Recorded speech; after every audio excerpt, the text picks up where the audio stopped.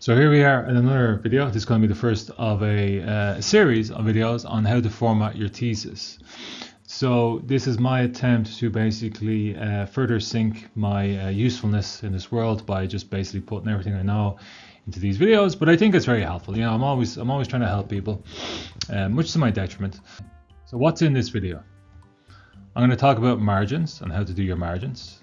I'm going to talk about paragraphing and spacing. I'm going to talk about section breaks and normal breaks. I'm going to talk about page numbering and Roman numerals. I'm going to talk about turning a Word file into a PDF. I'm going to talk about headings and automatic numbering. Then I'm going to talk about how to make a table of contents. I'm going to talk about spacing, right, left, and justified. And then I'm going to talk about indenting quotes. Now, you're probably thinking, oh no, he's not talking about figures and tables and how to do that. I have another video for that, don't be worrying. This is just a broad overview of these things. If you're saying to yourself, there's nothing here in this video that's useful for me, it's in another video. So all these videos are going to be released around the same time. So there's not going to be too much waiting around. So if you feel like something missing here, it's not missing, it's just in a separate video, okay?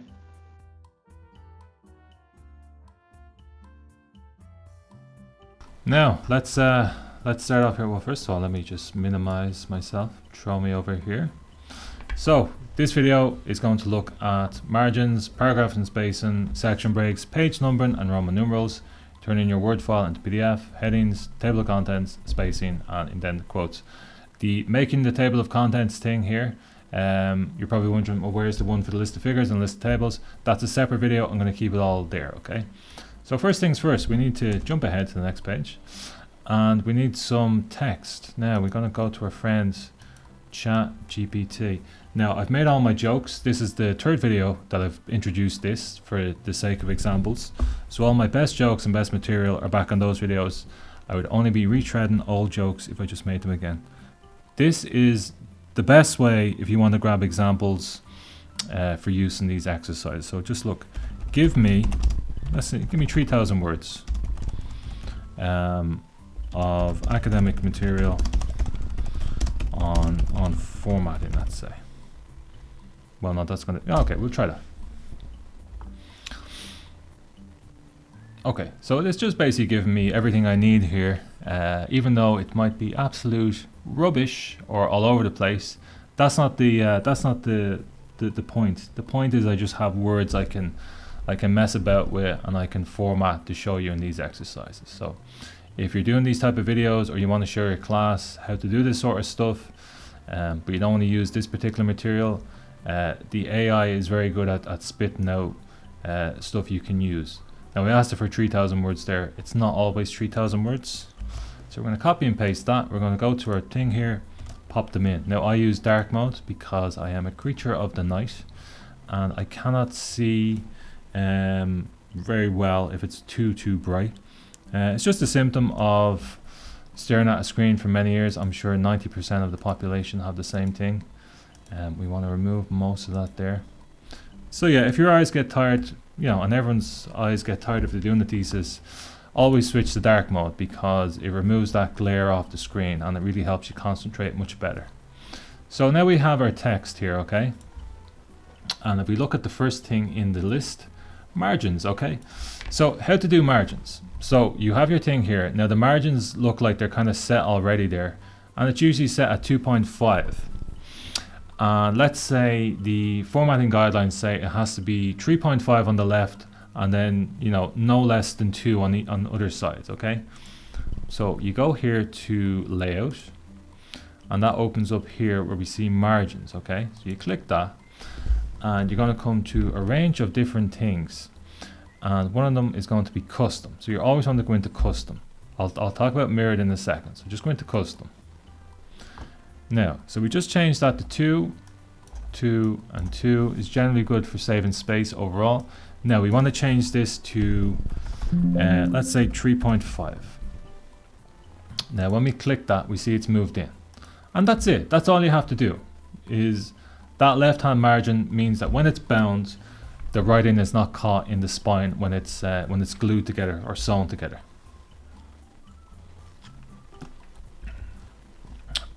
Now, but what about mirrored margins? Now, just get out of the way. Get up there. Now, Mirrored margin, same thing. Let's just undo that. So Control and Z undoes what I just did there. And you want to go to margins again. Now you want to hit mirrored. Mirrored means double-sided, okay? Now, what we have here is something that looks a little bit strange. Notice here, okay, that this gap is bigger than this gap. But on the next page, the left-hand side is smaller and now it's bigger on the right-hand side. That replicates a page. So this is the front page, and then when you turn, let me get my hand in the screen. When you turn the page over, on the back of it is going to be this page here. So that means then that the spine is now on the right-hand side. And that's all it is. It's just showing you that it's just replicating that type of that visual style. Now, we've only done one half of the job though. So we need to select the whole thing. So Control and A selects all the text. We want to go into margins. Now it's already set to mirrored, but we're not too happy with the left hand side. It's supposed to be 4, let's say, according to the requirements. Well, look, we just do 2. Always do 2. 2 is good. And then here we just change it to 4. You don't have to write in the centimeter or anything. Just put in the number. And then when you hit OK, we now see there's a bigger margin on the left and a bigger margin on the right. And this is the front of the page and this is the back of the page. Now, so that's in a nutshell your margins. Okay, I'm going to talk about page number and the margins and all that sort of stuff as we go on. So as you can see there, the next one is paragraphing and spacing. Paragraphing and spacing is very important because you want everything to have a uniform look and a uniform style to it. So you don't want something where, I'll just show you here in this example. Let's say this part here is spaced like that, and then this part here has no spacing. So the gap between this and this is different than from the gap between that and that. What you want to do is you want to bulk space the whole thing. So you want to just Control and A, then you want to go into paragraph here, not this thing, because sometimes this won't allow you to do that.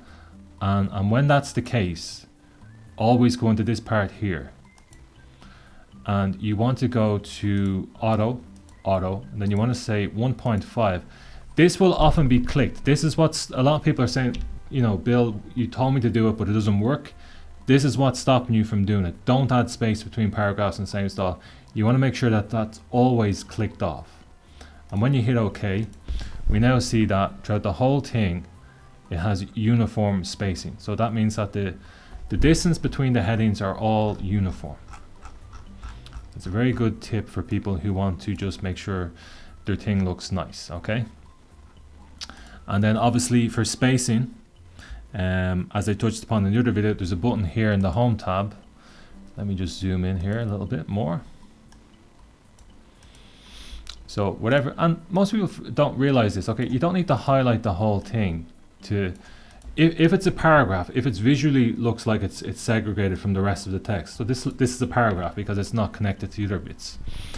You just have to click into it anywhere. You don't have to highlight the whole thing. And if I want to change that to, let's say, single spacing, then all I do is I click anywhere into this paragraph and see this button here, okay? So that's just single spacing there, double spacing, and 1.5. There's keyboard shortcuts, which I always use. I rarely use the buttons above. So what you do is you click anywhere into it and then press hold down the control button. 1, press 1 then for single spacing, 5, 1.5 spacing, and 2 is double spacing, okay? So that's going to cover us now for, let me just bring this back in. That's going to cover us from paragraphing and spacing. So fairly simple so far. Now, we are going to get into the lovely soul-destroying aspect of page number, okay? So look, this is probably what everyone is doing, okay? So let me see, page number, okay? Whenever you click into the footer, this thing automatically comes up, okay? Depending on the style, if it's the APA, it's going to go up the top. If it's going to be anything else, it's going to be on the bottom. Sometimes you can choose whether to have it here in the right hand corner or the middle. So all you do is bottom of page, This is on the left hand side, the middle, and then the right hand corner, the flush right, okay? So let's just use the one in the middle for the moment.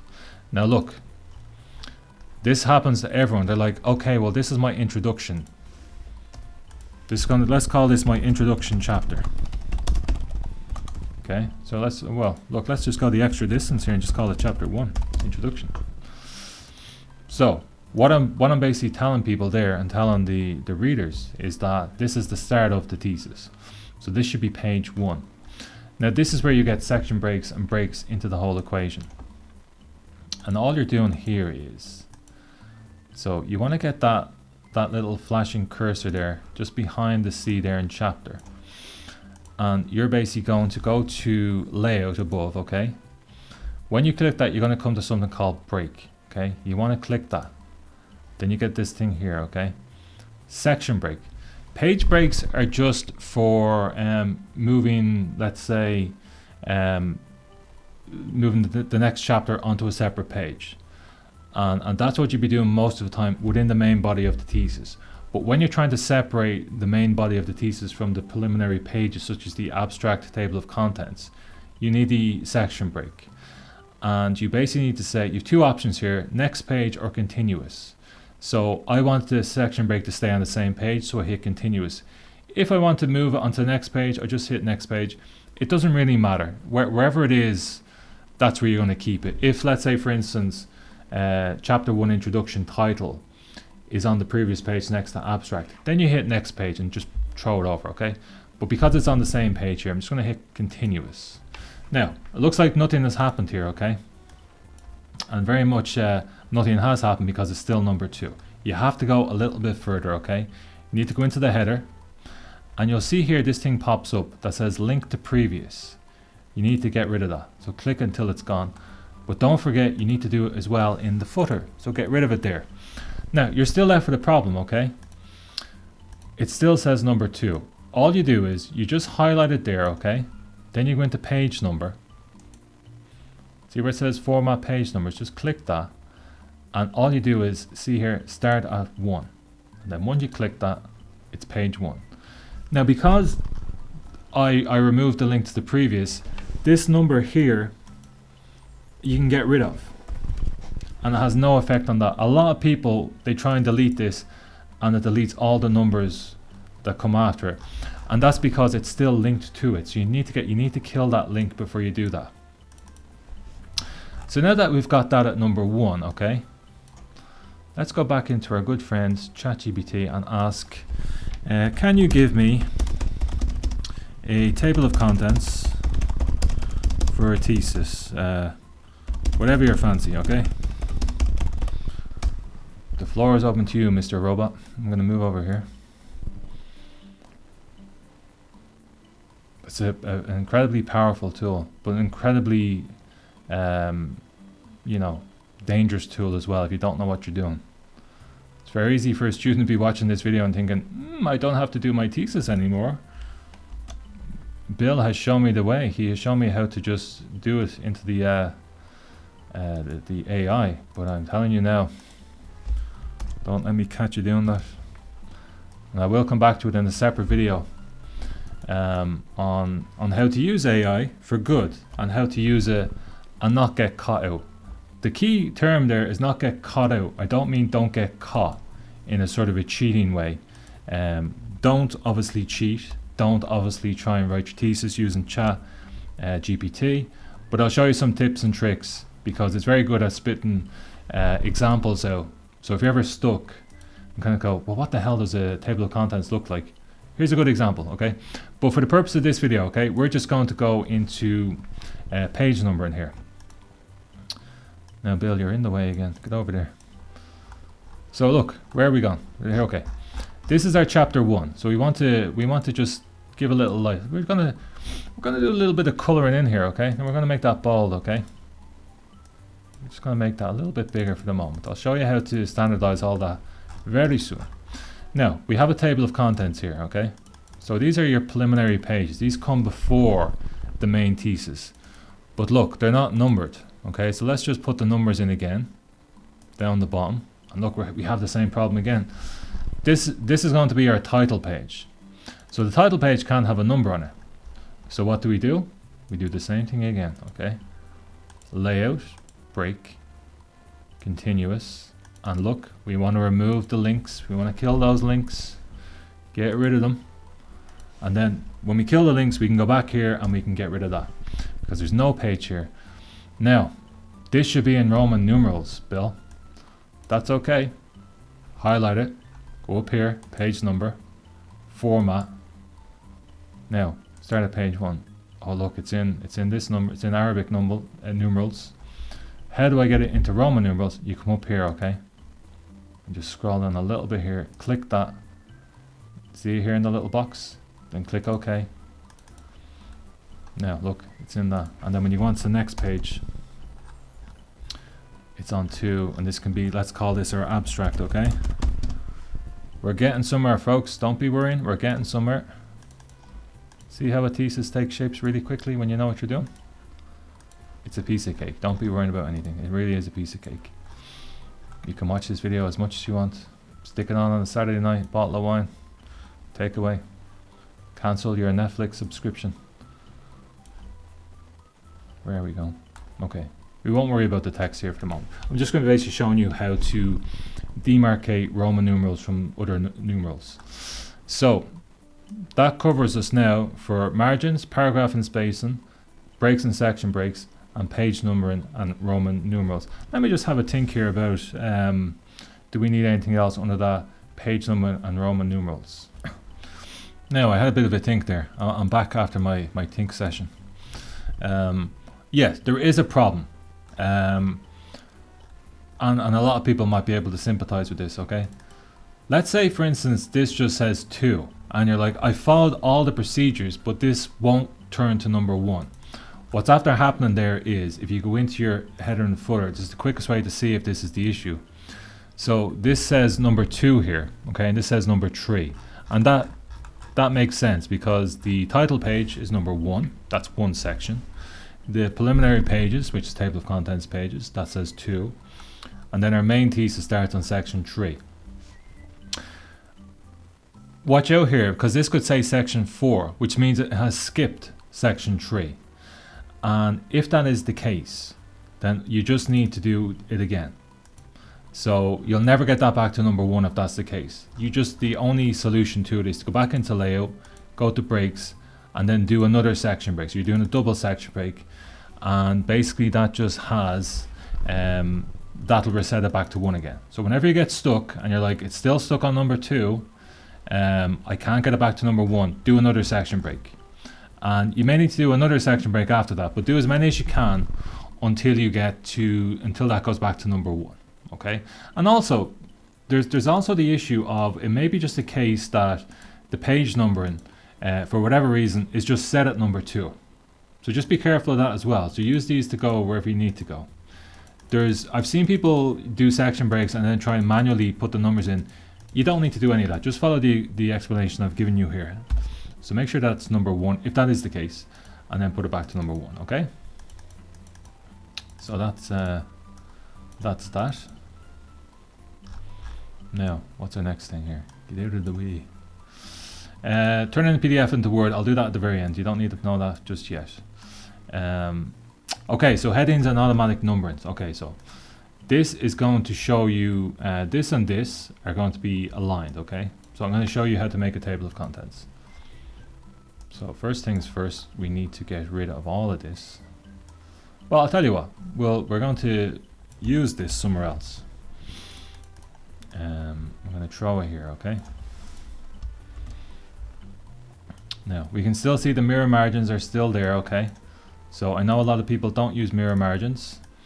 So what I'm going to do is, just for these exercises, I'm going to just take it out of mirror margins for the moment. But it's the exact same process, don't worry. There's no difference here. If you want to make headings in the table of contents, whether you have mirror margins or double or single margins, single space pages, it doesn't make any difference, okay? So we have already here a level 1 heading, which is basically any heading that is to do with the preliminary pages. So abstract is a level 1 heading. Chapter 1 introduction is a level 2 heading. don't worry too much about the writing itself. I just want you to look at the different headings here. This would be a level 2 heading. So let's call this 1-1 because the first part of that is the chapter. And then the other part after that is the heading that comes after it. So that would be 1-1. This will be 1-2. A lot of people use automatic numbering. I would dissuade anyone from using automatic numbering. Just do it manually. The amount of people that come to me and ask me to fix their automatic numbering because it's gone awry, it's a huge number. So whenever you can, just do it manually, like I'm doing here. And we get another one here, okay? 1-3. And our good friend ChatGPT has provided us here with some headings here. So look, if this is a subheading, then it'd be 1-3-1 because it's the first subheading after the tree. Now, it's not, it is a bit finicky and complicated. I do get why it is finicky and complicated to some people, but it does make sense eventually, Just be careful not to have, that should be 1-3-4 then, or 1-3-3, I think, yeah. So there is a bit of a, people are always saying to me, well, look, how do you know if the numbering sequence is wrong or not if you're doing it manually? I'll show you in a second. Don't be worrying about that. Okay, and then look, we're back to 1-4 now because the next section. Okay, so that should be enough there. Don't be worrying about that. That's the robot's fault. We're gonna get rid of these keywords for a second. Okay, so look, we have a working chapter, and we want a table of contents. So I'm going to go back here to table of contents. So this is where the table of contents is going to appear. Now, I need to start tagging headings, and the word tagging basically means I'm getting them ready to go into the table of contents. So before I do that, let's just say I make a mistake here, okay? So let's say I put in 1-4-3 instead of 1-3-4. Very common, okay? So all you're doing here is, so you want to select abstract, okay? So double click it to select it. Now you want to go up to, you want to go into home. Now this can be a bit finicky because sometimes these titles here are not always there. So if that is the case, you need to go into the style bar here and you need to add them in on it. So it says here update, select all, remove, and all that sort of stuff, okay? So if it's not there, you can just add them in it themselves, okay? Now it's because I have the thing double space and because I have all the recording equipment shoved onto the screen as well. It's a little bit squished, but it won't be squished on your one, okay? But what we want to do is we want to go to heading 1 here, okay? Now, so this is heading 1 here, okay? Now, let's say it's in Times New Roman 12. So let me just select everything or change everything to Times New Roman 12. So Control and A selects everything. Go here, Times New Roman, and then what we want to do here is just hit it to 12. Now, when that happens, we want this also to change to that font style. So when we click heading 1 here, it's not. It's in Apos 20. All we do is we right click on heading 1, we go to modify, and then look, to our heart's content, we can change it to Times New Roman. 16 is usually the one to use. It's usually in bold. It could be in the middle of the page, and this button here means there's just 2 spaces after it, and obviously we just have it automatic there. So there you go, okay? So it'll have this little arrow beside it if what you've done is correct. And this is a level 1 heading, so we just click that heading 1 again. Now level 2 heading is somewhere on the thing. Yeah, there it is there. So click that. Again, it's not on the same font and size we want it. So we just do Times New Roman, bold, 12 is the usual one. Do a little double click on that. It's already on the left hand side, so that's okay. And then click OK. Now, and this is also a level 2 heading, so select all, press level 2. This is also a level 2 heading. This is a level 3 heading, so all we do is we select that, press heading 3. Now you need to modify this again. So a level 3 heading will essentially be 12, bold, and italics. Okay, and give a little double click on that there. Now we can see here, so when you click that again, boom, boom, and then boom, okay? Now, what do you do with all this information? Okay, now we can clearly see, look, the mistake is there, 132, 133, 143. That should be 134. If you're doing it manually, you may not see it the first time. However, when you have all the things tagged, okay, we're going to tag the table of contents as well. That's a heading 1. Okay, you want to make sure this is over the left hand side. You want to go to references, you want to go to table of contents, and then you want to go to here. Okay, so look, you can remove that contents in here. It's dragged in all the tags into it, and it's also indented them for me, so that's perfect. And look, because it's all in one continuous thing, when you're reading through it quickly, you can see, oh look, I made a mistake there. Okay, so all you need to do then is go down to where the mistake is. Another way of doing it is you can actually, if you hold down the control button and then click here, it'll bring you down to the mistake, and you just want to change that to 1, 3, 4. Okay, if you notice as well, the Roman numerals are included in this, so it does all the page number for you. Now we want to change this. Okay, so what we do is we right click and then we hit update field. Now it's going to give us two options here. Most of the time you're going to click the first option here, but because we're changing the numbering or because we're changing the wording, we always have to do this one. So whenever you change the wording or the numbering or anything like that, not the page numbering, just the numbering in the actual heading, you have to click this one. So we're going to click it here. Okay, and now we see it's changed to 134. Most of the time, let's say for instance you move stuff around, so you want this on the next page. Well, now the page number is changed, so it's no longer on page 1, it's on page 2. All you do, right click, update field, and now just update the page number. So watch here. Okay, see, we see it's changed to page 2 now. Okay, so yeah, so that's covers you now for the table of contents and the headings and automatic numbering. As I said, automatic numbering, don't go near it. It's quite complicated.